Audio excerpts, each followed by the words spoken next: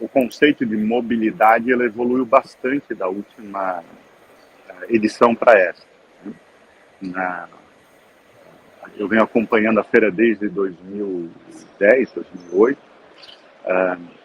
e a história do veículo elétrico ela vem tomando corpo, mas nessa feira o veículo elétrico ele é uma realidade para transporte, mas sobretudo quando a gente vai falar em produtos, implementos, que é onde a gente se encaixa, essa realidade ela se traduz numa outra expressão, que é a eficiência. Não existe transporte a bateria sem eficiência. Com o combustível normal, a gente tem postos à disposição, a cada esquina praticamente, de um conjunto que não tem eficiência adequada. A ineficiência do sistema acaba sendo apagada pela disponibilidade de energia, o que não existe hoje nos veículos elétricos. Então, aqui na feira, a gente trouxe duas coisas novas. Né? Um é o equipamento para veículo elétrico, que a gente apresenta oficialmente aqui, e a Frego King, então, como empresa que está do Brasil, exportando para 25 países, do Brasil para o mundo, levando essa tecnologia. A gente apresenta a nossa linha EPS, Electric Power System, aqui na feira. E a gente fica bem contente que, além da receptividade que estamos tendo com as pessoas que estão visitando o stand, a gente também faz o benchmarking tradicional e a gente vê que estamos completamente atualizados com tudo aquilo que está sendo oferecido de mais moderno por outros concorrentes que estão aqui inseridos nesse mercado.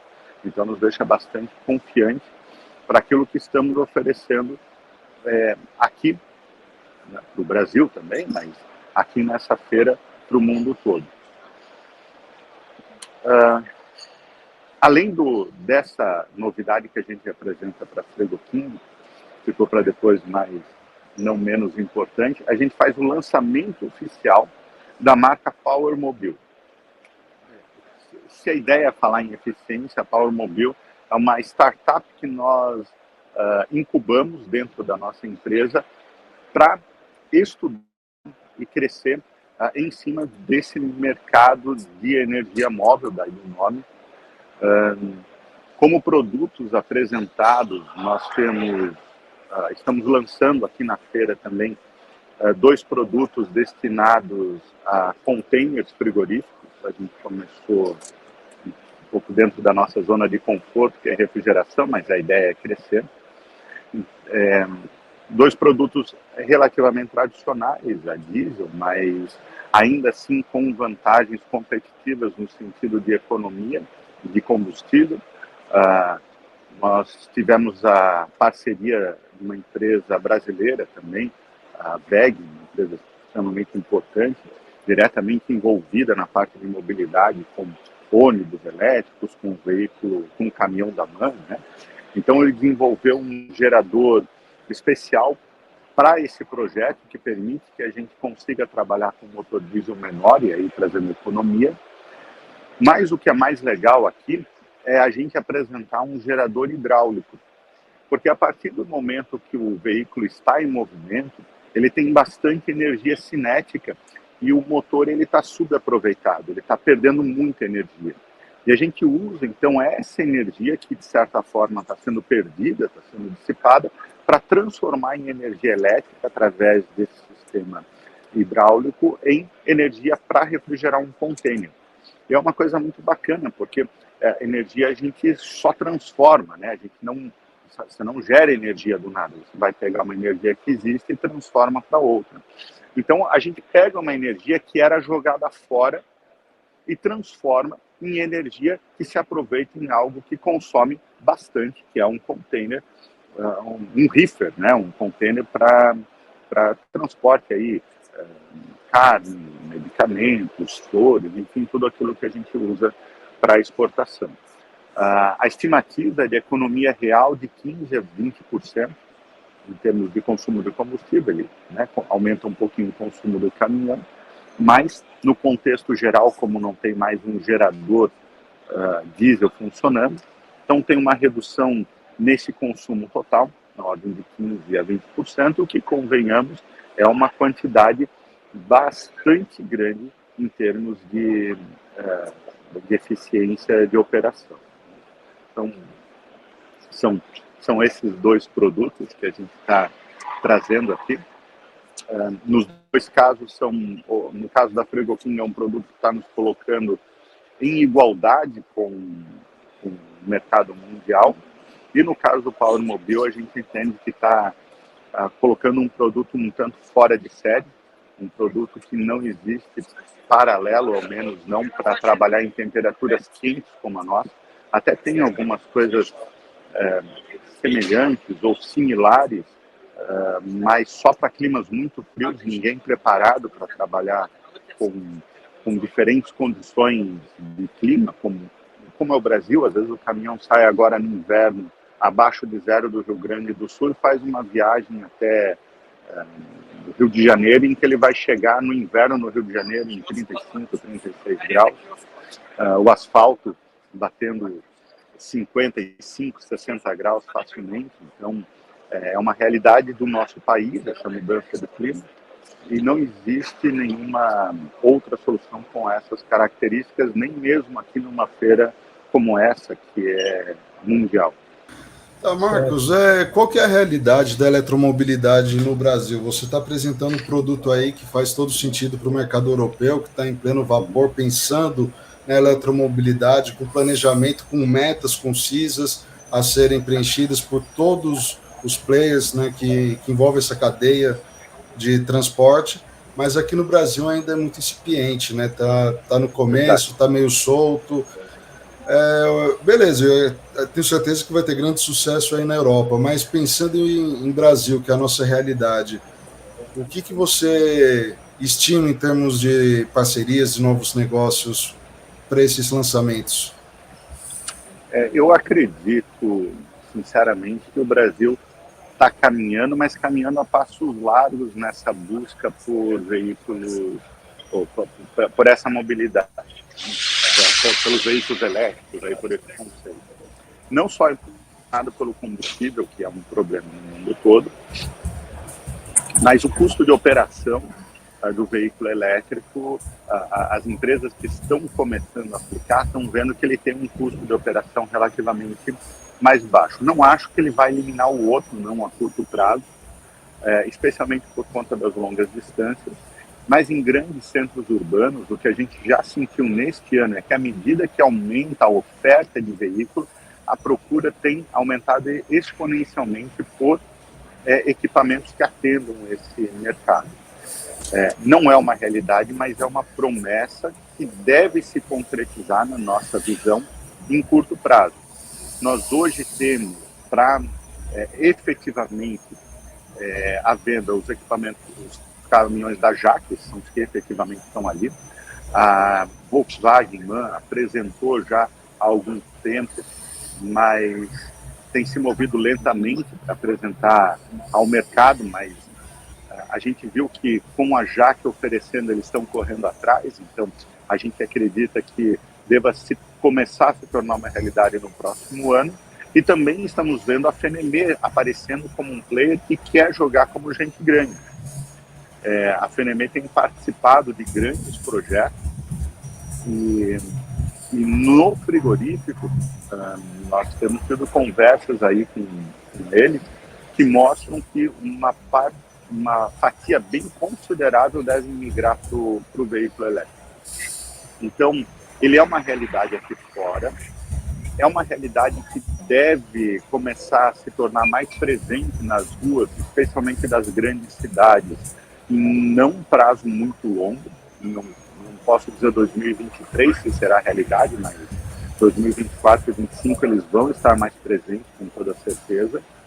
Mas a gente pensa não só nessa entrada no mercado europeu, que nós estamos usando a feira como plataforma para buscar, mas grandes cidades na América Latina toda, nossos distribuidores já estão solicitando, porque começa a aparecer como requisição. A Norte América, América do Norte, que a gente também tem começado o trabalho todas as pessoas pedem, e mesmo a América do Norte, que não é assim tão forte como a Europa na questão do veículo elétrico, quando fala em veículos de menor porte, vans em particular, está começando a entrar muito forte isso, né? E então a gente acredita que deve sim, no Brasil, não digo 2023, mas 24 e 25 está muito bem presente nas ruas, dado o aumento de procura. Tá, Marcos, você circulando aí pelo IAA, o que te agradou ou surpreendeu mais você circulando por aí procurando novidades? O que eu posso dizer, meio de forma egoísta, que mais me agradou é ver que a gente mesmo no Brasil está conseguindo se manter completamente atualizado. Tanto no Power Mobile, no que a gente tem trabalhado, no que a gente está trabalhando para apresentar no próximo ano, que a gente apresenta aqui, como na Frego King, nós estamos par a par em algumas coisas, na minha opinião, até um pouco à frente daquilo que as empresas que estão inseridas aqui estão oferecendo, o que mostra que a engenharia brasileira está acompanhando adequadamente aquilo que a Europa traz. O maior desafio na área de mobilidade para a gente que implementa ainda é a falta de uma padronização da oferta de energia, ou vamos falar de outra forma, as baterias elas têm características diferentes fabricante por fabricante. Então, como alguém adota uma solução, sei lá, por exemplo, 350 volts, outro 500 volts, outro 400, outro 600, outro 650, isso ainda não permite que a gente consiga trabalhar com equipamentos de alimentação direta e precisa ter periféricos, né, para poder fazer essa conversão de energia. Então, em termos de desafio, me parece que esse é o próximo desafio nesse sentido de eficiência energética, porque quando a gente coloca um periférico, a gente tem uma perda de energia, não é muito grande, mas tem.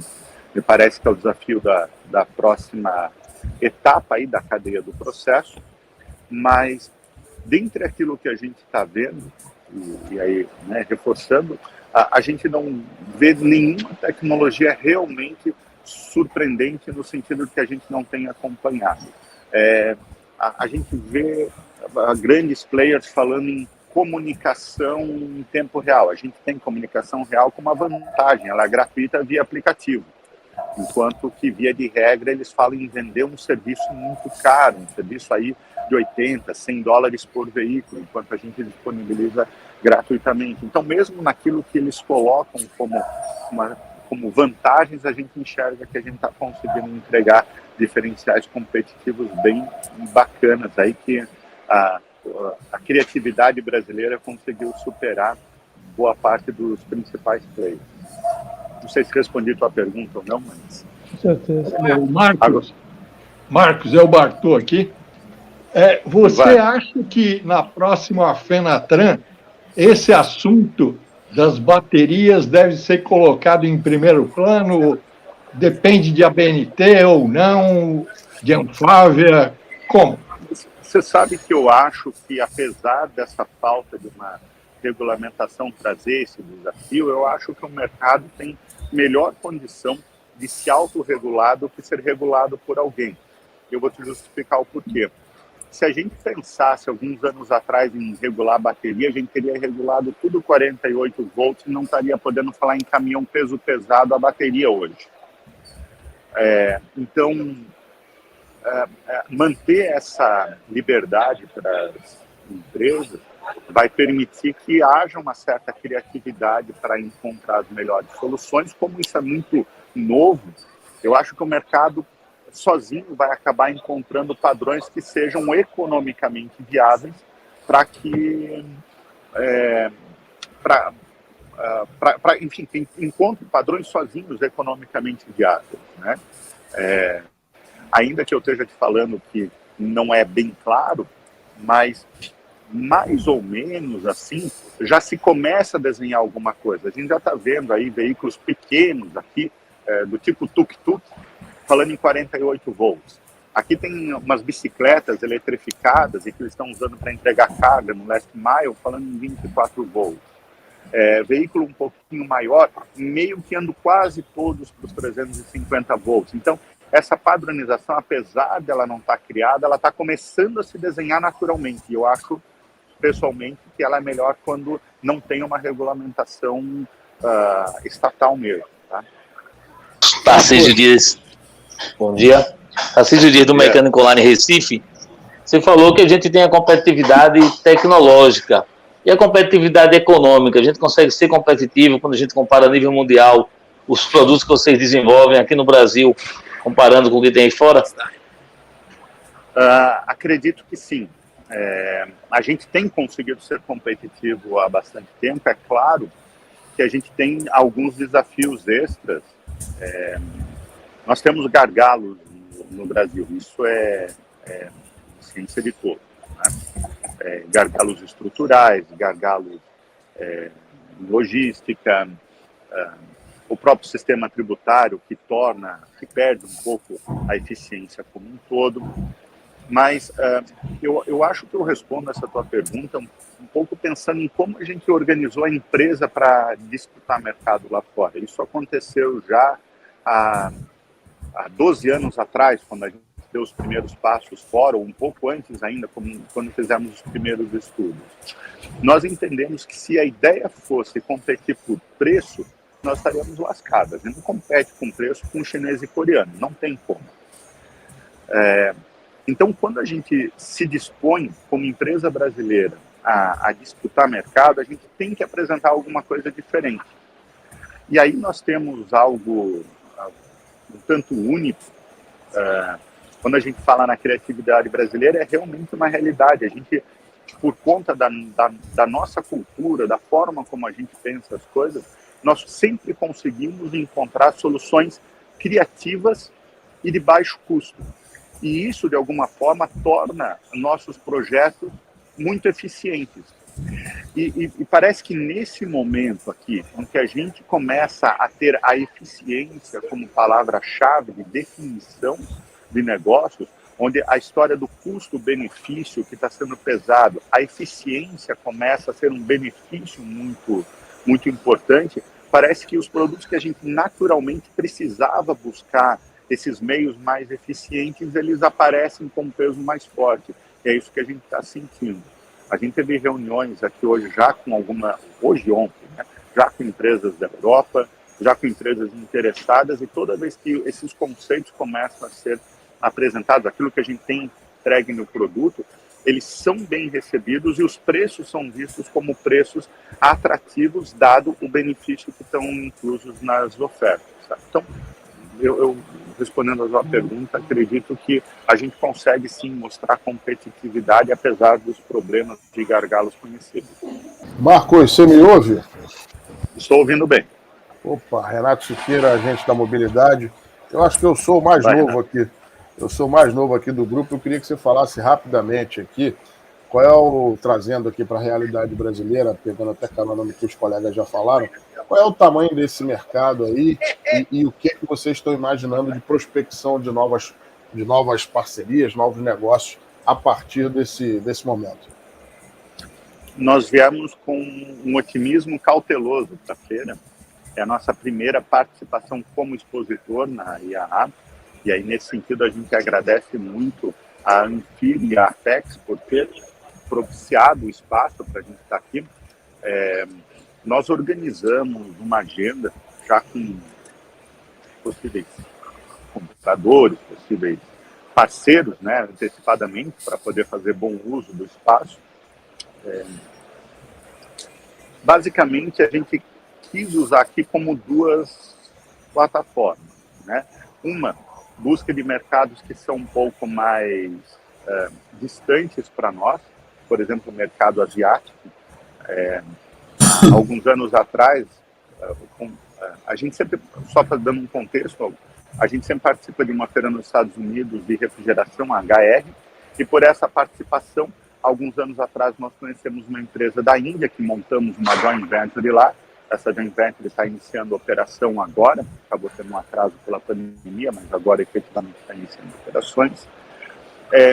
Então, a gente gostaria de usar aqui a feira como plataforma para talvez repetir aquilo que a gente fez lá em alguns outros países, esse lançamento da marca com parcerias locais. A gente tem um público na Frigo King muito... o nosso mercado é muito o das grandes cidades, e a maioria das grandes cidades estão na Ásia, das cidades com grande concentração. Então, a gente acredita que consegue fazer alguma coisa nesse sentido. E o segundo era testar realmente o mercado europeu, porque a gente teve alguns contatos distantes, mas nunca tão próximo. E eu confesso para vocês que a gente já teve visitas muito interessantes aqui. Eu não tinha uma convicção tão clara antes da feira que a gente estava, que a nossa linha para veículos elétricos, a linha EPS, ia estar tão firme, mas eu fiquei muito contente aqui com a receptividade das soluções que a gente está apresentando e da receptividade, portanto, dos clientes locais sobre isso. Se você está encontrando, vamos dizer assim, oportunidade boa para intercâmbio de tecnologia, mesmo que seja num detalhe pequeno. Uhum. Todas as visitas que a gente fez, a gente sempre conseguiu trazer alguma coisa, mas sim, a nossa engenharia está junto aqui na feira, e a tarefa do pessoal da engenharia é especificamente essa. Nós já conversamos rapidamente sobre algumas questões, mas ainda um pouco prematuro para falar em resultados, mas tem algumas coisas bem interessantes. Por exemplo, dentro desse conceito de eficiência, nós encontramos uma ideia. Ano que vem a gente entra firme no desenvolvimento de um projeto de um equipamento de maior porte. Nós vamos estar inspirados fortemente em algumas ideias aqui, e na questão de geração de energia, há algumas formas aí alternativas, com placa solar, com um alternador junto, para que consiga fazer um equipamento sem uso ou com menos uso, pelo menos, de combustível para caminhão de grande porte. O mais autônomo possível, o mais independente possível do combustível, eu acredito que a gente deva alcançar. E não vai ser um desenvolvimento 100% nosso, vai ser desenvolvimento certamente partindo de acordo com alguma companhia, pelo que a gente já alinhou aqui. Sempre tem alguma coisa de engenharia caseira, né? Alguma coisa de engenharia doméstica, afinal de contas, existem padrões diferentes, mas, em particular, envolvendo geração de energia solar e alternador, sistema independente de bateria, eu creio que a gente apresente alguma coisa baseada em parceria com alguém daqui, sim. Você acha que o gerador hidráulico ele pode vir ao Brasil fazer sucesso em quanto tempo? Para esse produto, o mercado externo parece estar mais maduro para ouvir. Mas eu acredito que para empresas que têm rotas fixas e tudo, a gente vai poder oferecer. É um produto que eu acredito que ele tem mais destino ao mercado externo mesmo, sabe? Não é um produto pensado no Brasil. O Brasil até pode comprar, mas eu imagino que o mercado externo vai ter mais interesse. Nem para uma Ambev, por exemplo? Que o produto da Ambev hoje não é exportado refrigerado, né? A logística de exportação no Brasil, a gente acredita que o outro produto que economiza diesel, ele deve ter uma boa aceitação, um produto que a gente também apresentou aqui. Já tem alguma coisa rodando no Brasil, porque a maioria das empresas aluga o genset e não investe mesmo, né? Então, para esse formato, enquanto ele for o formato de aluguel, o hidráulico ele precisa imobilizar, né? Ele deixa fixo no caminhão, você não consegue transferir de um caminhão para o outro. Então, ainda não é o formato que as empresas brasileiras estão acostumadas. Talvez a gente tendo algumas boas iniciativas em rotas fixas e que consiga demonstrar por A mais B aí a economia, talvez a gente consiga sensibilizar mais empresas, mas aqui fora isso é uma realidade. Já. Então, a gente vê um mercado mais pronto para receber o produto fora do que internamente.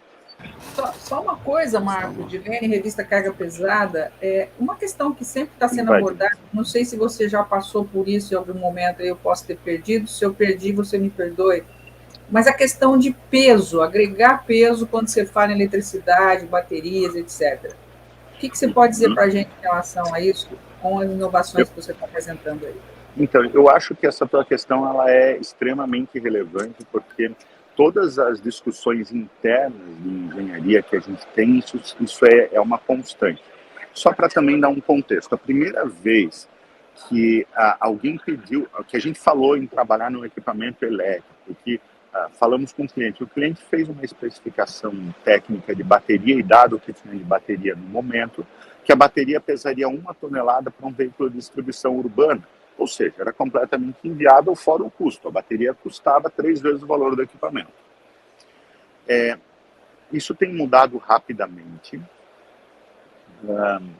A gente tem visto packs de bateria aqui na feira e já de outros fornecedores que a gente tem consultado bem menores, com custos bem mais ou menos agressivos, mas aí entra sobretudo essas ideias que a gente encontra aqui, que a nossa engenharia já vinha também monitorando e que a ideia é que a gente consiga sair com alguma solução com algum parceiro daqui, que é a gente ter geração de energia em movimento. Né?